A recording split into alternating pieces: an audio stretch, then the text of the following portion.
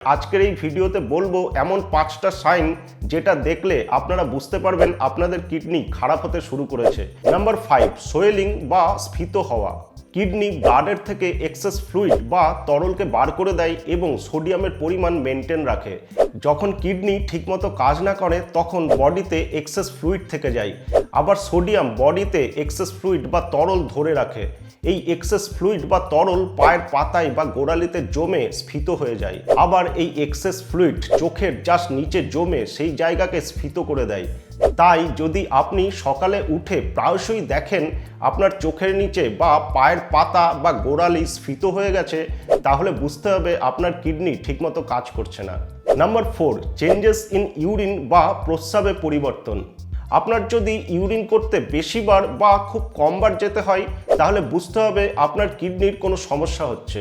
বিশেষ করে রাতের বেলা যদি বেশিবার প্রস্রাব করতে যেতে হয়। সাধারণভাবে প্রতিদিন আমাদের 6 থেকে 10 বার ইউরিন করতে যেতে হয়। সুতরাং এর থেকে যদি খুব বেশিবার হয় বা খুব কমবার যেতে হয়, তাহলে বুঝতে হবে আপনার কিডনিতে কোনো সমস্যা হচ্ছে। নর্মালি ইউরিনে কিছুটা ফেনা উৎপন্ন হয়, কিন্তু এটা তৎক্ষণাৎ চলে যায়। যদি ইউরিনে বেশি ফেনা উৎপন্ন হয় এবং 1-2 বার ফ্ল্যাশ করেও যদি এই ফেনা না যেতে চায়, তবে বুঝতে হবে ইউরিনের মধ্যে দিয়ে একটা প্রোটিন বেরিয়ে যাচ্ছে যাকে বলে অ্যালবুমিন। এর জন্যই এই ফেনা দেখা যায়। সুতরাং কিডনি ঠিকমতো কাজ করছে না।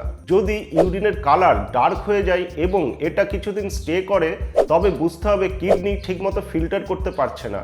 এবং যদি ইউরিন দিয়ে ব্লাড বেরোয়, তবে এটা কিডনি প্রবলেমের একটি বড় লক্ষণ। নাম্বার 3, ব্যাক পেন বা পিঠে কোমরে ব্যথা। ব্যাক পেন বা পিঠে বা কোমরে ব্যথা আজকাল খুবই কমন একটা জিনিস। নর্মাল ব্যাক পেনের থেকে কিডনির জন্য ব্যথা অনেক বেশি হয়।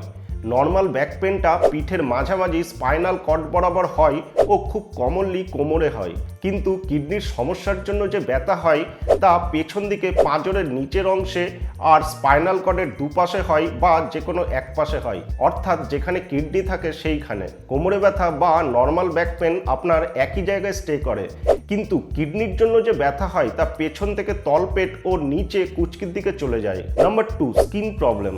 কিডনি যেহেতু ব্লাড থেকে টক্সিন বা দূষিত বর্জ্য পদার্থগুলোকে বার করে দিয়ে ব্লাডকে পিউরিফাই করে, তাই কিডনি ঠিকমতো কাজ না করলে রক্তে বিভিন্ন দূষিত পদার্থ বাসা বাঁধবে, ফলে স্কিন প্রবলেম শুরু হবে। Number 1, high blood pressure and diabetes. High blood pressure কিডনির ছোট ছোট ব্লাড ভেসেলগুলোর ওপর খুবই প্রেশার ফেলে, ফলে তারা ধীরে ধীরে ড্যামেজ হতে থাকে এবং কিডনির মধ্যে প্রপারলি ব্লাড ফ্লো হয় না, যেটা কিডনির কার্যকারিতাকে নষ্ট করে দেয়।